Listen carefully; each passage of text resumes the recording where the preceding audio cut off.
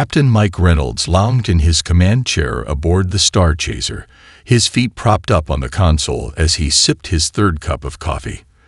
The merchant vessel's hold was full of medical supplies bound for the outer colonies, making them a prime target for pirates. But after 15 years in deep space, Reynolds had learned that tension only made bad situations worse. Hostile signatures detected, Captain. Lieutenant Sarah Cooper announced from her station, her voice carrying an almost cheerful tone. 3 vessels, raider configuration, coming in hot from the asteroid belt. Reynolds took another sip of his coffee. Well, folks, looks like we're about to have some uninvited dinner guests. Anyone remember to set extra places at the table? The bridge crew chuckled, their hands moving efficiently over their stations despite the looming threat. They'd been through this before. Reynolds' humor was as much a part of their defense protocol as the shield systems. Shields at maximum, reported Chief Engineer Jack Thompson over the comms. Though I gotta say, Cap, these raiders have terrible timing. They're interrupting the playoff game I was streaming. Send them a strongly worded complaint, Jack. Reynolds grinned, finally sitting up as the first shots from the raiders lit up the void.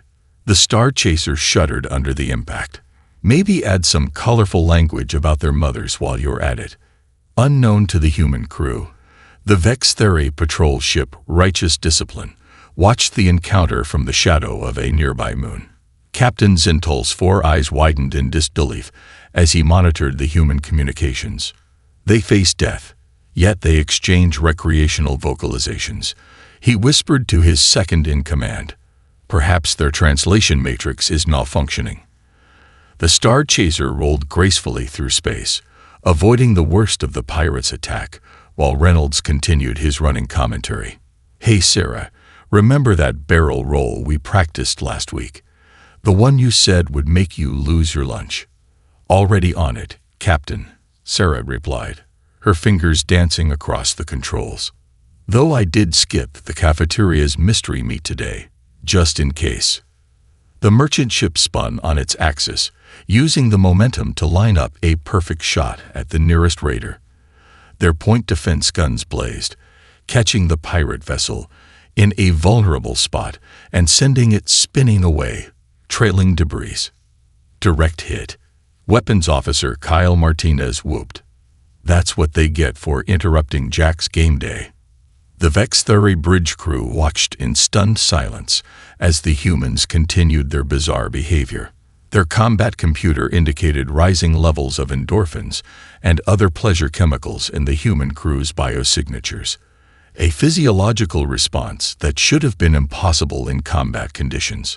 Send another volley their way, Kyle, Reynolds ordered, and see if you can't improve their paint job while you're at it. That shade of black is so last season. The Star Chaser's next attack caught the second raider ship across its engine housing, causing a series of secondary explosions. The third pirate vessel, witnessing the fate of its companions, quickly changed course and fled the scene. Would you look at that? Reynolds mused, finally setting down his coffee cup. Guess they didn't want to stay for dessert. The entire episode had lasted less than 15 minutes.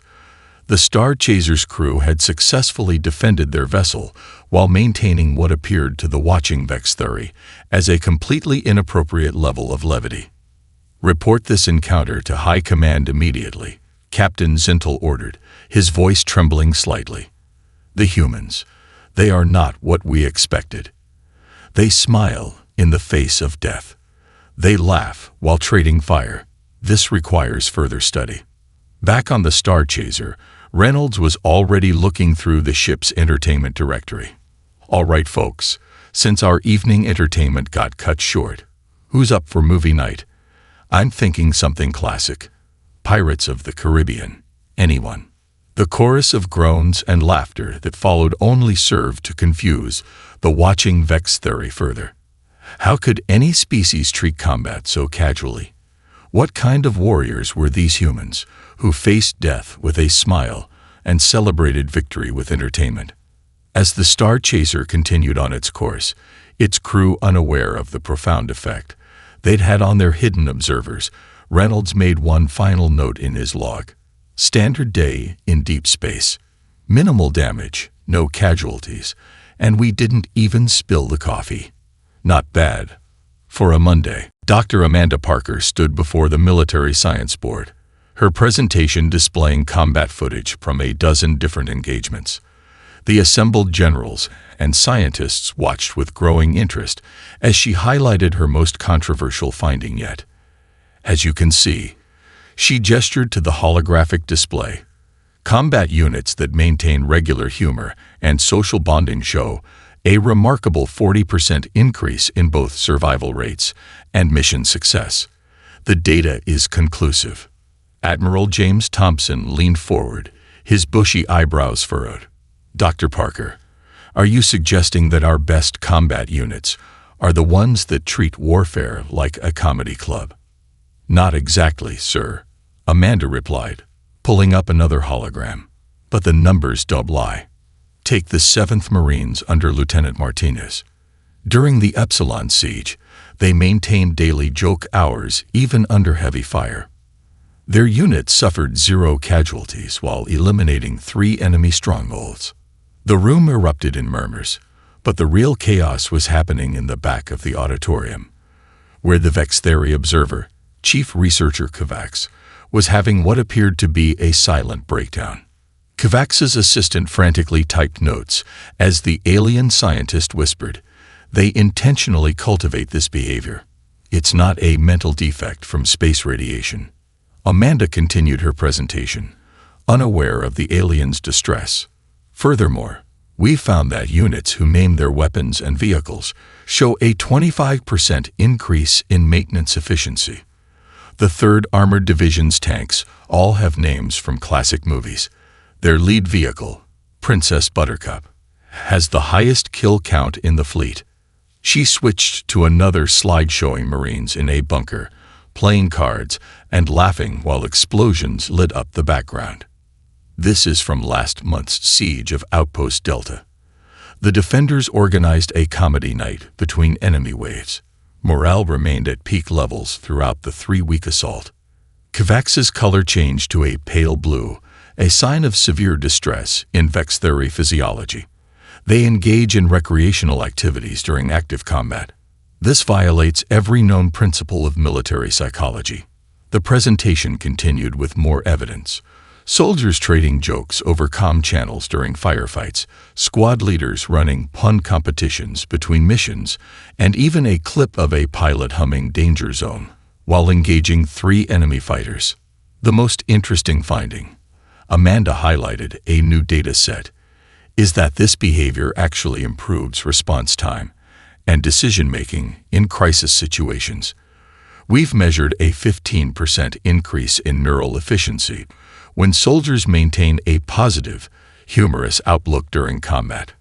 Admiral Thompson rubbed his temple.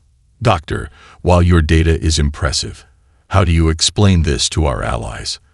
The Vex Theory already think we're unstable. At that moment, Kovacs rose from his seat, his voice trembling with scientific outrage. This is unprecedented. You train your warriors to laugh at death, to make entertainment from combat. Amanda turned to the alien researcher with a warm smile. Actually, Chief Researcher, we don't train them to do it. It's just how humans cope. We've been using humor to face death since our species first picked up weapons. The Vex Theory scientists' report to High Command later that day would cause 3 senior officials to resign in protest.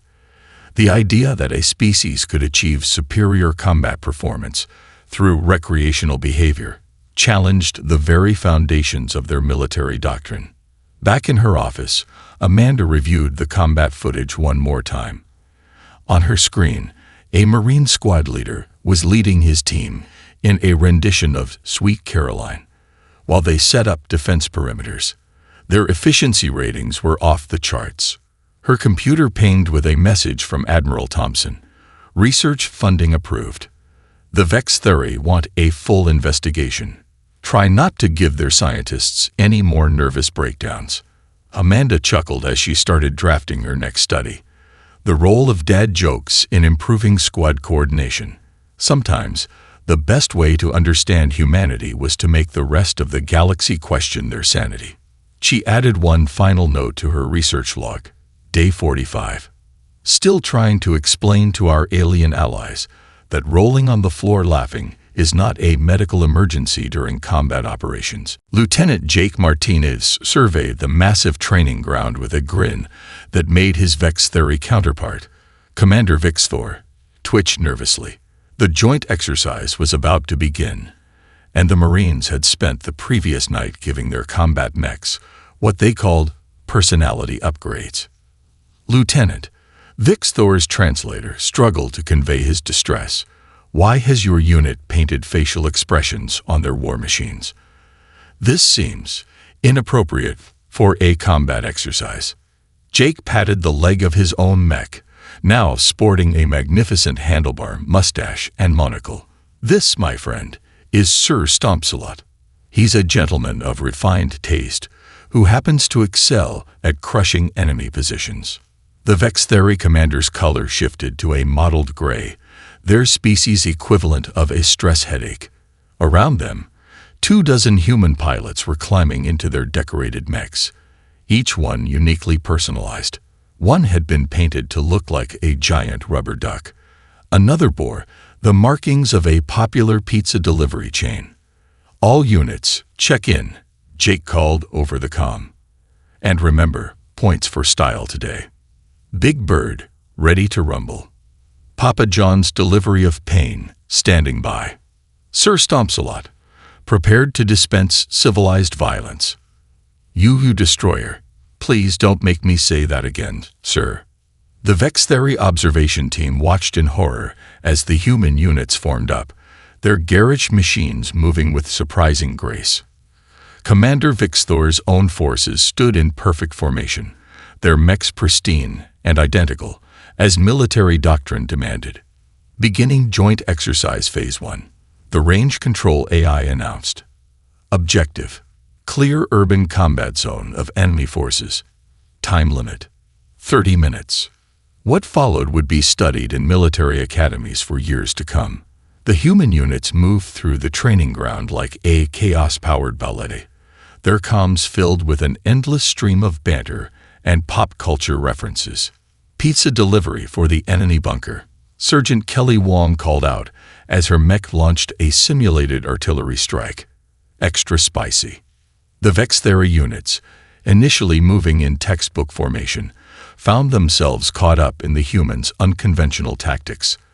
A Marine named Johnson had somehow synchronized his mech's external speakers to play Another One Bites the Dust every time he scored a hit. Hey Vixthor, Jake called out, his mech gracefully sidestepping enemy fire while twirling its painted mustache. Want to hear a joke about anti-tank rounds? This is not the time for. The commander started. Never mind, it might pierce your armor. Jake finished, landing a perfect shot on a target drone. To everyone's surprise, a young Vex Theory pilot named Corell actually laughed, the sound so unexpected that both forces momentarily paused. In that moment of shared mirth, something changed. The rigid Vex Theory formation loosened, adapting to the humans' more fluid style. By the 15-minute mark, they had cleared 80% of the objectives. The previous record was 25 minutes. The observation team was frantically taking notes as human and Vex Theory forces demonstrated unprecedented levels of coordination. Sir, Corell called out to Vixthor, I believe I understand the humans' method. They use humor to maintain neural plasticity during high-stress operations. Less analysis, more shooting, Corell, Jake responded. And nice shot on that last drone. You're getting the hang of this. When the exercise ended at 18 minutes, a new record, the results were undeniable. The combined force had achieved the highest efficiency rating ever recorded in a joint training operation. The Vex Theory High Command representatives looked like they needed strong drinks. During the debriefing, Commander Vixthor approached Jake with an air of resigned curiosity. Lieutenant, I must know. Does the facial hair on your mech actually improve combat performance? Jake's grin widened. Absolutely. Studies show that mustaches add at least 15% to gentlemanlike behavior and combat elegance. I can paint one on your mech if you'd like. The commander's color shifted again, but this time to the Vex theory equivalent of thoughtful consideration. Perhaps, for the next exercise, but something more dignified. And please, no music. No promises on the music, Commander. No promises at all. Colonel Emily Foster hadn't expected to run a comedy club in the middle of an alien invasion, but here she was, standing on an overturned supply crate in Bunker 7 of New Colorado's main defense complex, holding a broken plasma rifle like a microphone. So, a Krazak walks into a bar, she announced to the crowded room of Marines and civilians. The bartender says, "We don't serve your kind here." The Krazak says, "That's fine. I just ate 3 of your customers already." The groans and laughter echoed through the reinforced concrete as another bombardment shook the surface above. They'd been under siege for 3 weeks, but the Bunker Comedy Club had become the heart of the resistance. In the command center next door, a Vex theory observer named Tixful watched the base's morale readings with disbelief. Their combat effectiveness increases after these entertainment sessions. It defies all known military doctrine. Major Ryan Cooper, Foster's second-in-command, checked the defense screens while munching on a protein bar. You should see what happens on Open Mic Thursdays. Last week, Private Rodriguez did a 5-minute set about MRE contents that had even the civilian refugees rolling. The bunker shook again, harder this time. The Krazak were getting better at targeting their infrastructure. Without missing a beat, Foster switched to crowd work. "Hey, Jensen, how's that new targeting algorithm coming along?" She called out to a tech specialist. "Well, ma'am," Jensen called back from his station. "I've named it My Dating Life because it keeps missing its targets." The laughter was interrupted by the combat alert system. 3 Krazak dropships had been detected approaching their position. Foster smoothly transitioned from comedian to commander. "All right, folks, looks like our guests have finally decided to join the party," she announced, her voice carrying the same light tone, but now edged with steel. "Rodriguez, your team has first response. Try not to use any of your material from Thursday. We want them running away, not groaning to death." The Marines moved to their positions with well-practiced efficiency, trading quips and movie quotes as they armed up. Tixful observed in amazement as their combat readiness scores actually rose higher than during standard drills. "Time to show these bugs why they call us the Comedy Court," Rodriguez said, checking his weapon. "Anyone want to bet I can make a Krazak laugh before we drive them back?" 5 credits says you can't. Another Marine called out. "You're on. I've been working on my alien material." The first Krazak breakthrough came at Sector 7. The aliens, expecting to find demoralized defenders after weeks of siege, instead met a squad of Marines who'd just finished a comedy show and were riding high on endorphins and bad puns. "Hey, ugly," Rodriguez called out over the external speakers. "Your mother was a butterfly net." The translation made no sense to the Krazak, but the confidence in the human's voice made them hesitate just long enough. The resulting firefight would later be described in Vex theory military reports as disturbingly efficient chaos.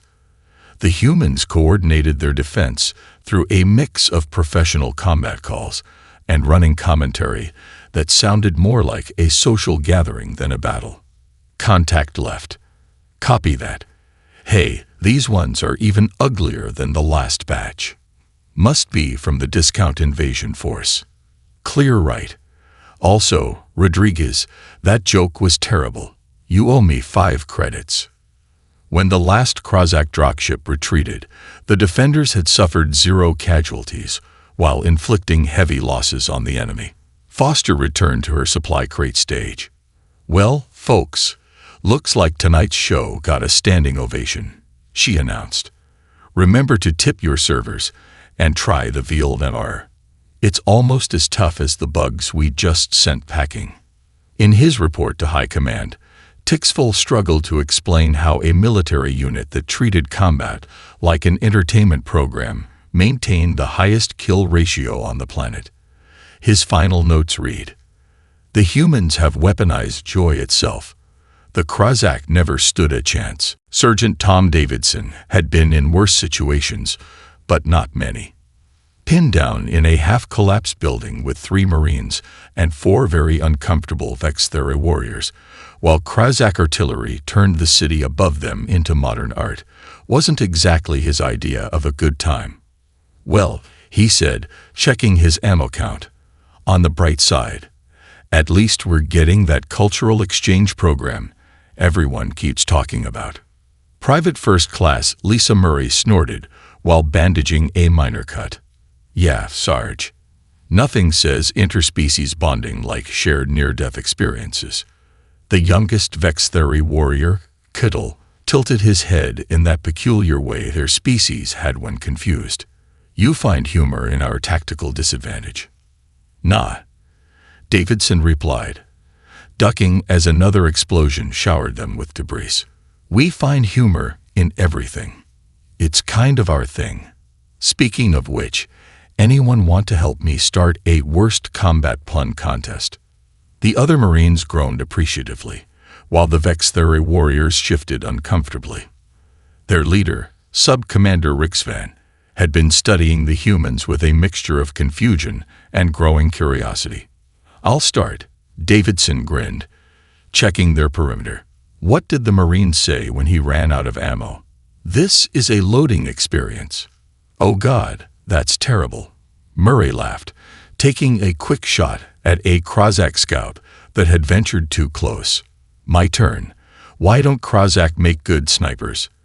"Because they bug out under pressure." To everyone's surprise, Kittle made a sound that could only be described as a suppressed chuckle. The other Vextheri looked at him in horror, but there was also a hint of fascination in their 4-eyed gazes. I think I understand," Kittle said hesitantly. "The wordplay creates a neural disruption that prevents combat stress from overwhelming cognitive functions." "Close enough," Davidson replied, tossing him a spare power cell. "Want to give it a try?" The young warrior was silent for a moment, processing. Above them, the sound of Krozak dropships added to the chaos. Finally, Kittle spoke. "Why do Krozak ships never land?" "Because they have no landing punchline." The silence that followed was broken only by distant explosions. Then Murray started laughing, followed by the other Marines. Even the veteran Vextheri warriors showed signs of what might have been amusement. "That was terrible," Davidson said with pride. "You're a natural." Sub-Commander Rixvan, who had been monitoring their tactical display, suddenly straightened. "Multiple hostile signatures approaching. We are significantly outnumbered." "Perfect time for some more practice, then," Davidson said, checking his weapon. "Kittle, want to help me show these bugs why they should have gone into comedy instead of invasion?" What followed was unlike any battle either species had experienced before. As they fought their way through the Krozak forces, the Marines and Vextheri warriors found themselves trading not just cover fire, but increasingly terrible combat puns. "These bugs are really starting to antagonize me," Murray called out, taking down 2 attackers. Kittle, growing more confident, added, "Their strategy has some serious flaws in it, just like their exoskeletons." The other Vextheri warriors, initially resistant, began to notice something strange. Their combat efficiency was actually improving as they participated in this bizarre human ritual. The more they engaged in the wordplay, the more smoothly their joint operations ran. By the time reinforcements arrived, the mixed group had not only survived, but had successfully held their position against overwhelming odds. More importantly, they had achieved something previously thought impossible. the first documented case of Vex theory combat humor. Your species, Rick Sven said to Davidson as they were being evacuated, approaches warfare in a most irregular manner.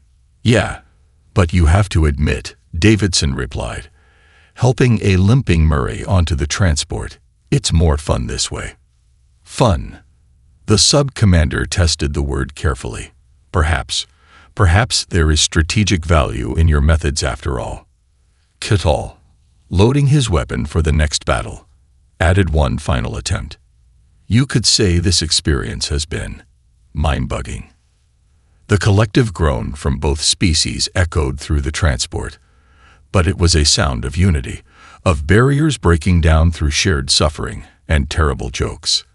The Battle of the Last Laugh, as it would come to be known, marked the beginning of a new era in interspecies military cooperation. Major Ryan Cooper stood before a room full of young Vex theory officers, his expression serious despite the combat comedy instructor badge pinned to his uniform. Behind him, a holographic display showed combat footage from various human Vex theory joint operations. Today, he announced, we're going to learn about the tactical applications of the dad joke. In the back of the room, Senior Commander Zexthor's color shifted to deep purple with outrage. This was the fourth unauthorized morale session he'd discovered this week. The fact that it was being held in an official military academy made it even worse. As you can see here, Cooper continued, gesturing to the footage of a successful operation. Lieutenant Catal's unit achieved a 47% increase in combat effectiveness after implementing what we call Operation Punchline. A young cadet raised her hand. But sir, the traditional doctrine states that emotional control is essential for combat precision. Ah, Cooper smiled. Watch this. He played another clip, this one showing Catal's now famous first combat joke during the Battle of the Last Laugh. Notice the neural patterns of both species. The shared humor created a synchronized combat state that actually enhanced precision. From his hidden observation post, Zexthor watched in horror as the young officers began taking notes. Some were even smiling. The disease of human humor was spreading. Now, Cooper said, let's practice some basic combat banter. Remember, the goal is to keep it light, but not lose focus. Who wants to try first? A tall cadet named Vixera stood up. During yesterday's training, I told an enemy drone, your targeting is so bad, you couldn't hit the broadside of a battle cruiser. Was that an acceptable use of combat humor? Excellent start. Cooper beamed. Though next time, try adding a follow-up like. In fact, the battle cruiser just called. It wants its miss rate back. The room filled with the strange, chittering sound of Vex theory laughter. Zexthor felt his nerve endings tingle with dismay. These were the future leaders of the Vex theory military, and they were learning to joke. Later that day, in the Academy's training grounds, the results of Cooper's teachings became apparent. During a standard combat exercise, the cadets began incorporating human-style tactical banter. Enemy squad on your left. One called out. They look like they just graduated from the Imperial Stormtrooper Academy of Marksmanship. Confirmed. Another responded. Their formation is as organized as a quantum particle's location. To the traditionalist's horror, the joking squad's performance metrics were off the charts. Their coordination was perfect, their morale unshakable, and their kill count impressive. Zexthor finally had enough. He stormed into Cooper's office, waving a data pad full of complaints. This is unacceptable. You're corrupting centuries of military tradition. Cooper calmly looked up from his desk, where he was reviewing combat footage. Commander, did you know that Catal's unit now has the highest success rate in the combined fleet? They've started a trend. Other units are requesting transfers just to learn their methods. But the discipline, the order, is still there. Cooper finished. We're just adding something new, something that makes us stronger together. At that moment, an alert sounded throughout the base. A training exercise had gone wrong. Real Krazak forces had been detected approaching the academy. What followed would change Vextheri military doctrine forever. Cooper's trained cadets responded to the threat with perfect discipline. And terrible puns. Their coordination was flawless, their spirits unbreakable, and their jokes almost as deadly as their weapons. As the last Krazak ship retreated, Zexthor stood in the command center, watching the after-action reports with a mix of confusion and reluctant admiration. Beside him, Cooper was already planning the next day's lesson. Perhaps, Zexthor said finally, his color shifting to a thoughtful blue, there is room for some adaptation in our training methods. That's the spirit. Cooper grinned. Want to help me plan tomorrow's lesson on tactical sarcasm? One step at a time, Major. One step at a time. General Jessica Hayes stood on the bridge of the human Vextheri Joint Command ship Diplomatic Humor, a name that still made the traditional Vextheri commanders wince. Around her, the combined fleet prepared for Operation Smiling Thunder, the largest coordinated assault against the Krazak forces to date. All units, sound off. She called over the fleet-wide comm. And remember, points for style. What followed was unlike any military communication in galactic history. Human ships reported in with their characteristic flair, while Vextheri vessels, led by the newly promoted Commander Catal, had developed their own unique style.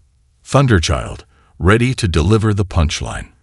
Vextheri Dreadnought, serious business, ready to prove we're not. Comedy Central Station, weapons hot, and jokes hotter. Imperial Vessel final laugh, standing by with premium content. Catal's voice came through clear and confident. Battle group setup and delivery. In position. Our jokes are loaded and our weapons are even worse. Hayes couldn't help but smile. 6 months ago, such banter would have been unthinkable from a Vextheri officer. Now, the combined fleet operated with a synchronicity that made the enemy deeply uncomfortable. Begin Phase 1, Hayes ordered. Let's show these bugs why they call it a killer routine. The battle began with a coordinated strike that the Krazak never saw coming. Human and Vextheri ships moved in perfect formation, their comm channels filled with a mix of professional military jargon and increasingly elaborate combat humor. Target locked on enemy flagship, a Vextheri gunner reported. Their shields are about as effective as a comedy show, with no audience. Copy that, his human counterpart replied, delivering the punchline in 3, 2, 1. The resulting explosion lit up space like a new star. On the command deck, Hayes watched as battle groups named Setup, Punchline, and Standing Ovation executed their attack patterns with deadly precision. A Krazak counterattack struck the fleet's port flank, but the defenders were ready. Catal's voice rang out over the comms. Looks like they want an encore. Show them why we call this the Comedy Combat Corps. The defense was spectacular. Ships with names like Last Laugh and Pun Intended moved with grace that belied their size, while their crews maintained the now traditional combat banter that had become a psychological weapon in its own right. Enemy cruiser coming in hot. Well, tell them to cool off. Deploying tactical dad joke in Sector 7. Warning. These puns may cause physical damage. The Krazak, already unsettled by fighting an enemy that seemed to be enjoying themselves, found their battle logic disrupted by the unpredictable attack patterns. How could you anticipate the moves of warriors who treated combat like entertainment? Sir, a young Vextheri officer called out, the enemy fleet is showing signs of confusion. Their formation is breaking. Hayes nodded. Time for the final act. All units, execute Operation Standing Ovation. What followed would be studied in military academies for generations. The combined fleet move as one. Their attacks coordinated not just by training, but by the shared rhythm of their combat humor. Ships named after comedy clubs delivered devastating broadsides. Vessels with pun-based designations executed perfect flanking maneuvers. As the last Krazak ships fled the system, the cheers and laughter that filled the command channels came from both species equally. Even the most traditional Vextheri officers had to admit, the strategy had worked better than anyone could have predicted. "All units," Hayes announced, "take a bow. You've just proven that the best defense is a good offense, and the best offense is a good sense of humor." Katal's response summed up how far they'd come. "Perhaps we should thank the enemy for being such a great audience, though I don't think they got the punchline." The battle would go down in history not just as a military victory, but as the moment when two very different approaches to combat merged into something new.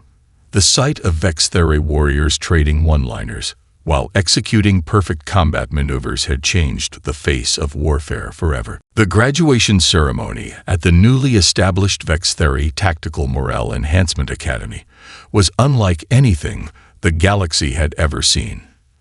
The main hall, once a temple to stoic military tradition, now featured holographic displays of famous combat jokes throughout history, including Katal's legendary first attempt. Commander Katal, now chief instructor of what everyone called Comedy Boot Camp, stood at the podium before the first graduating class. Behind him sat an equal mix of human and Vextheri dignitaries, including General Hayes and several previously skeptical members of the High Command. "When I made my first combat joke," Katal began, his color shifting to the warm blues of amusement, "I thought I was having a stress-induced mental break. Turns out, I was just having a breakthrough." The audience's laughter, a mix of human chuckles and Vextheri chittering, filled the hall. Among the graduates, young officers of both species sat together, their formal uniforms sporting the new Smiling Thunder insignia, a lightning bolt curved like a grin. "Today," Katal continued, "we're not just graduating combat officers. We're graduating the first official class of what the humans call stand-up warriors. Though I must admit, most of us prefer to fight sitting down." In the front row, Major Cooper nudged General Hayes. "Did you ever think you'd see a Vextheri tell a dad joke with perfect timing?" "Honestly," she whispered back, "I'm more surprised they haven't tried to classify puns as strategic assets." A young Vextheri cadet named Rixalia stepped up to deliver the class speech. Her combat record during training had already become legend, particularly the time she defeated 3 instructor drones while delivering a 5-minute set about battlefield rations. "As we prepare to join the combined fleet," she announced, "I'm reminded of something my human instructor said. The best warriors don't just fight together, they laugh together." At first, we thought this was another strange human metaphor. Now we understand it's the most practical combat advice we've ever received. The ceremony continued with the traditional exchange of jokes, a new ritual that still made some of the older commanders twitch. Each graduate had to deliver one combat-related pun before receiving their commission. Why did the Krazak cross the battlefield? Because their navigation systems are as bad as their battle plans. What do you call a Vextheri learning human humor? A comic in training. How many humans does it take to win a space battle? Just one. The rest are there for the audience. As the laughter echoed through the hall, Katal reflected on how far they'd come. The tactical displays around the room showed the statistics that had finally convinced even the most traditional leaders. Joint units trained in combat humor showed 50% better performance, 70% higher morale, and an almost perfect mission success rate. The ceremony concluded with a demonstration that would have been unthinkable a year ago. A combined arms exercise where both species performed a choreographed battle maneuver while maintaining a running comedy commentary. The precision was perfect, the timing immaculate, and the jokes, well, they were still working on those. "You know," Hayes said to Katal as they watched the demonstration, When we first suggested this program, 3 members of your high command threatened to resign. Indeed, Kittal replied with a glimmer of mischief in his 4 eyes. Now they're our best source of, when I was a young officer jokes. As the new officers filed out to take their places in the combined fleet, they passed under a new motto that had been carved into the ancient stone. Victory favors the ones who smile in the face of battle. The last graduate to leave was a young human lieutenant who'd been trained by Kittal himself. He turned and delivered one final salute. Permission to share a laugh with the enemy. Sir.